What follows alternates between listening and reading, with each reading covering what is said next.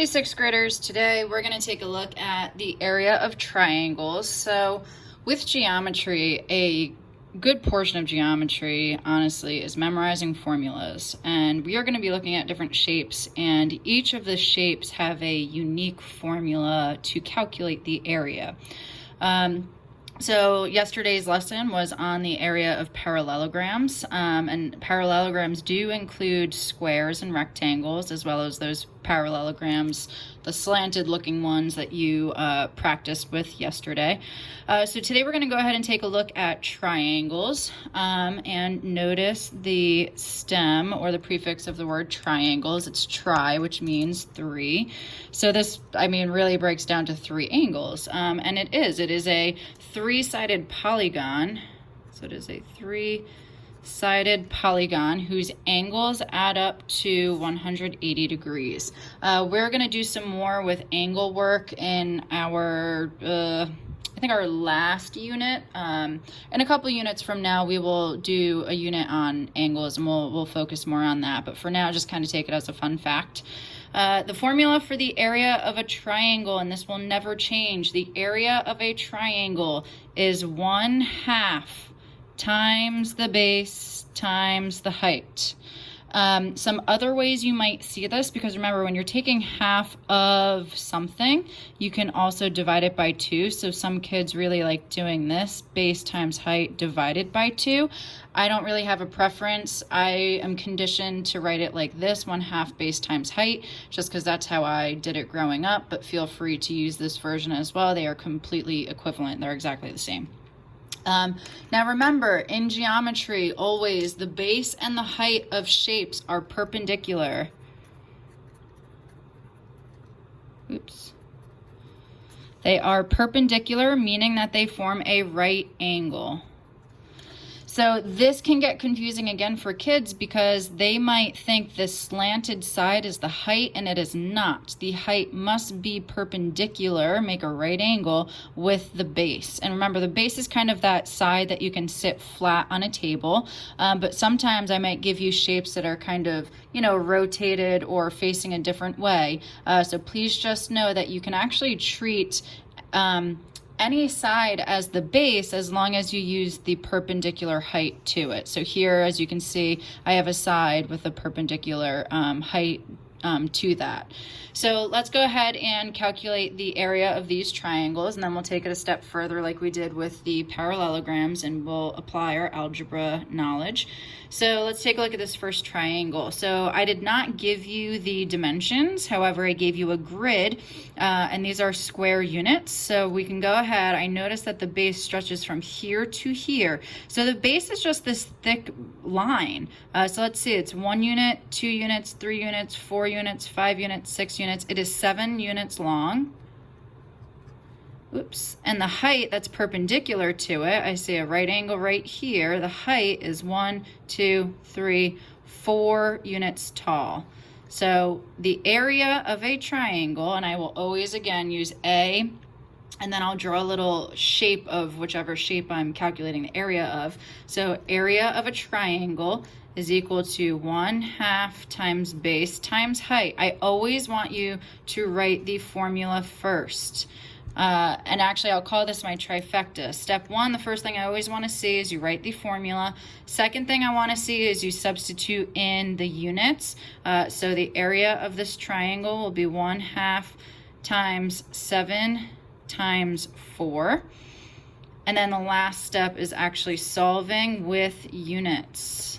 You must tell me the units and what power they're raised to. So here I'd say, hey, the area of the triangle is, well, I know 7 times 4 is 28, and half of 28 is 14, and this is square units. Now again, let's talk about this again.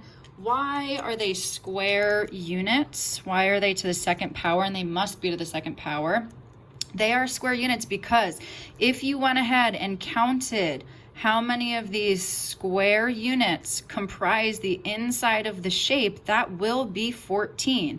And again, you might be thinking, well, Miss Gannon, I'm seeing only like part of one here and part of one here and part of one here. Well, it turns out if you take all of these parts and if you kind of manipulate them and take them and turn and rotate and connect them together, they will give you full units. And in total, you will have 14 full units that make up this triangle.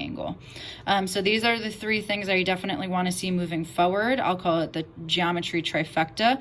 Step 1, formula. Step 2, substitution. Step 3, answer with your units. Let's do another example. So I'm trying to calculate the area of this triangle. Again, step 1, I'm always going to write the formula, which is 1/2 times base times height. Step 2, I substitute in what I know. So it's going to be 1/2. The base is 10 times 10 yards times 25 yards. And now we solve. The area of the triangle, I know 1/2 of 10 is 5, and 5 times 25 is, let's see, 125 yards to the second power.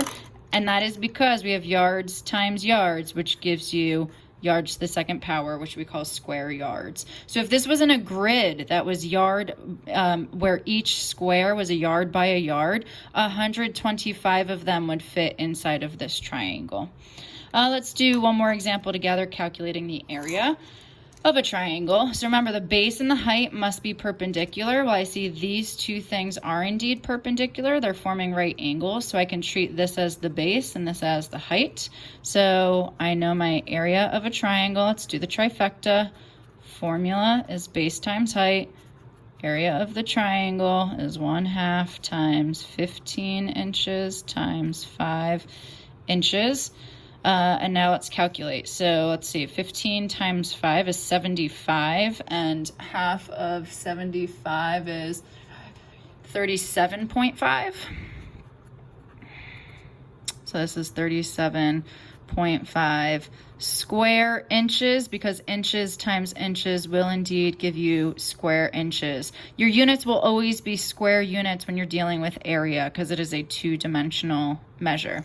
Okay, let's now move on to finding the missing dimension, and this is where I'm kind of beefing it up to be 7th grade level math.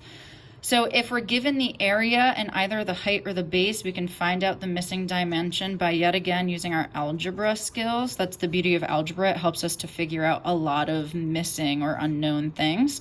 So we're going to use the area formula.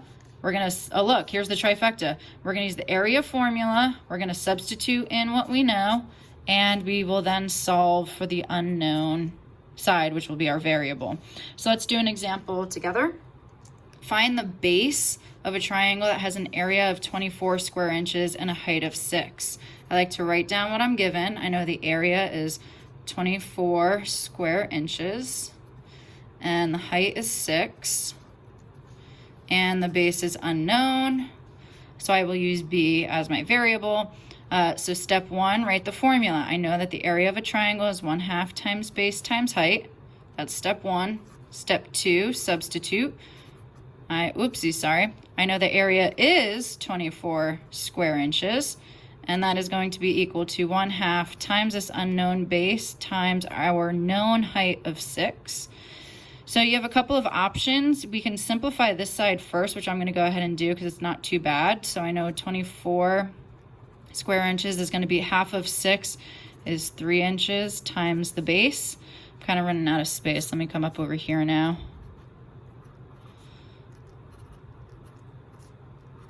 And now I need to get the base all by itself, so I use my inverse operations. I'm going to get rid of the 3 inches by dividing by 3 inches. And 24 divided by 3 is 8. So the base is 8 inches. We can check our answer by plugging it back in. So is it true that 1/2 times 8 times 6 is equal to 24? Well, 8 times 6 is 48, and 1/2 of 48 is indeed 24. So we know we did it correctly.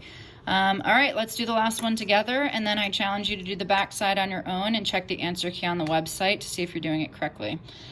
So we need to now find the height of a triangle that has an area of 180 square yards and a base of 9 yards.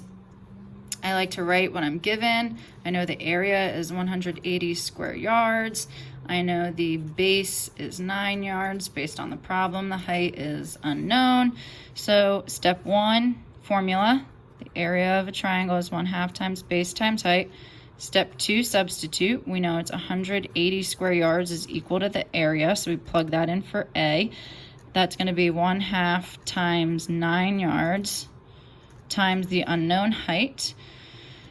And now I solve. Step 3 is solving. So I'm going to be a little bit strategic here because I'm just being mindful of the numbers I'm given. I know 1/2 of 9 is 4.5, and that's kind of a nastier number. So I'm actually going to get rid of these two things in 2 steps. My first step, I'm going to divide by 9 because I know 9 and 180 are compatible. So I'm going to divide by the 9 yards first, and my 9 yards cancel out. And I'm going to divide by 9 yards.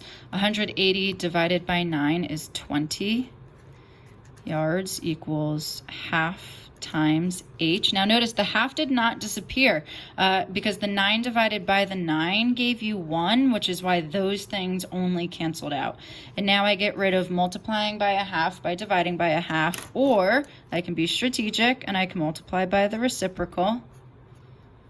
Because what's 1/2 times 2 over 1? It's 2 over 2, which is equal to 1. So these boop, boop cancel out.